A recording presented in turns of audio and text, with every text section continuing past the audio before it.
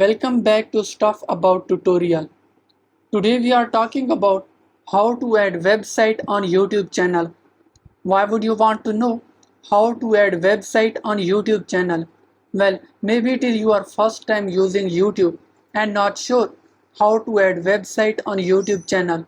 So today I am going to show you how to add website on YouTube channel. Check video description and I will try to leave the written instructions. Adding website on YouTube channel is quite simple and the process is easy to do. First of all, open any browser. Now write youtube.com in search bar. Now you are seeing channel logo in top right corner. Click on it. Now click on your channel. Now click on customize channel. Click on basic info. Scroll down.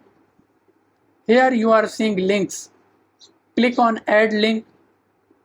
Enter your title and website URL.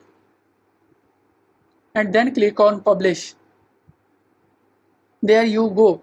If you wanted to know how to add website on YouTube channel, that is the easiest way I know how.